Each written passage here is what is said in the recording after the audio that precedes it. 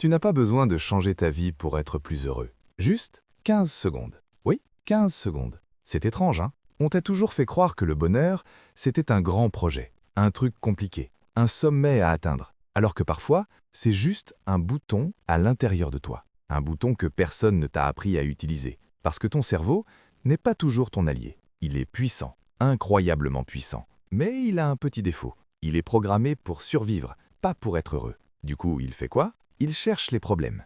Il amplifie les peurs. Il rejoue les moments gênants à 2 heures du matin comme un film en HD. Très utile pour éviter les dangers à l'époque des lions. Un peu moins utile quand ton plus grand danger, c'est un message laissé en vue. Mais voilà la bonne nouvelle. Tu peux influencer ton cerveau. Pas en heures, pas en semaines, en secondes. Et aujourd'hui, je vais te montrer 3 petites astuces, ridiculement simples, mais dangereusement efficaces. Astuce numéro 1. Le hack du regard invisible. Imagine ça. Tu marches dans la rue. Ton cerveau fait son travail habituel. Il scanne les gens, les regards, les détails. Et sans que tu t'en rendes compte, il cherche ce qui ne va pas. Quelqu'un ne t'a pas souri, ton cerveau note. Quelqu'un t'a regardé bizarrement, ton cerveau enregistre. Résultat, tu te sens un peu fermé, un peu sur la défensive. Maintenant, fais un test. Juste 15 secondes. Choisis 3 choses belles autour de toi. Pas parfaites, juste belles. Un rayon de lumière, une couleur, un détail sur un visage, un arbre qui bouge doucement.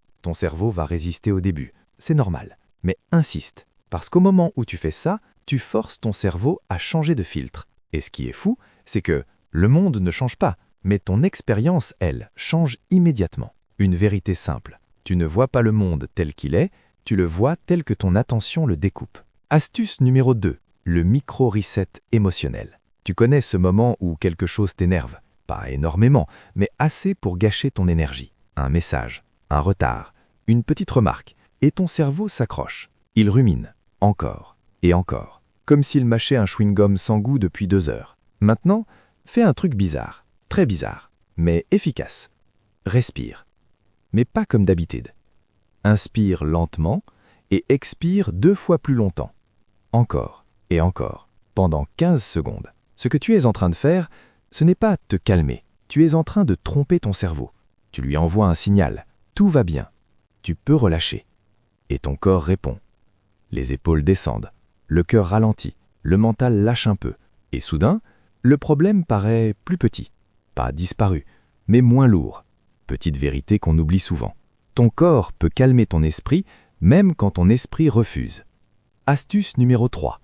Le pouvoir du mini-geste. On va être honnête.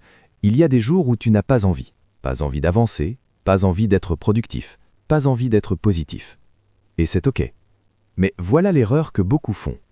Ils attendent de se sentir mieux pour agir, alors que la réalité est inverse. Tu te sens mieux parce que tu agis. Je vais te raconter une mini-histoire. Un gars voulait se remettre au sport. Classique. Motivé pendant 2 jours, puis plus rien. Alors il a décidé d'un truc ridicule. Chaque jour, juste une pompe. Une seule.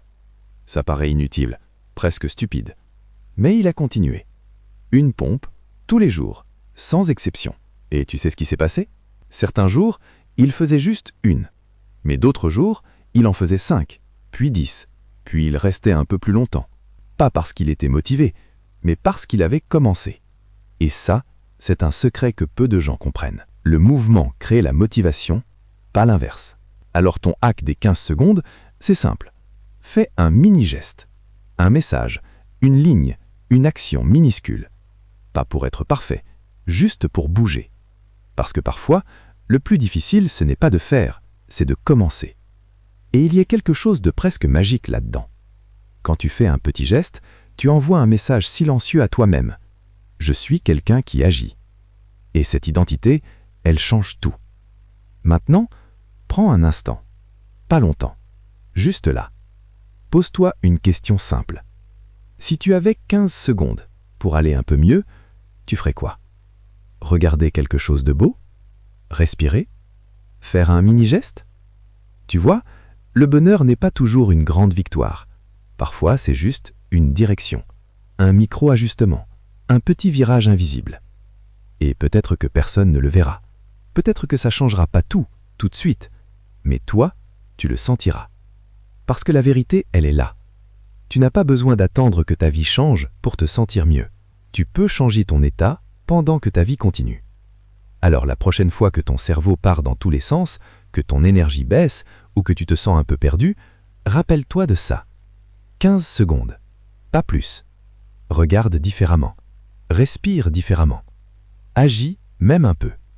Et doucement, sans bruit, sans pression, tu reprends le contrôle. Parce qu'au fond, être heureux, ce n'est pas toujours ajouter quelque chose, c'est parfois juste arrêter de laisser ton cerveau décider tout seul.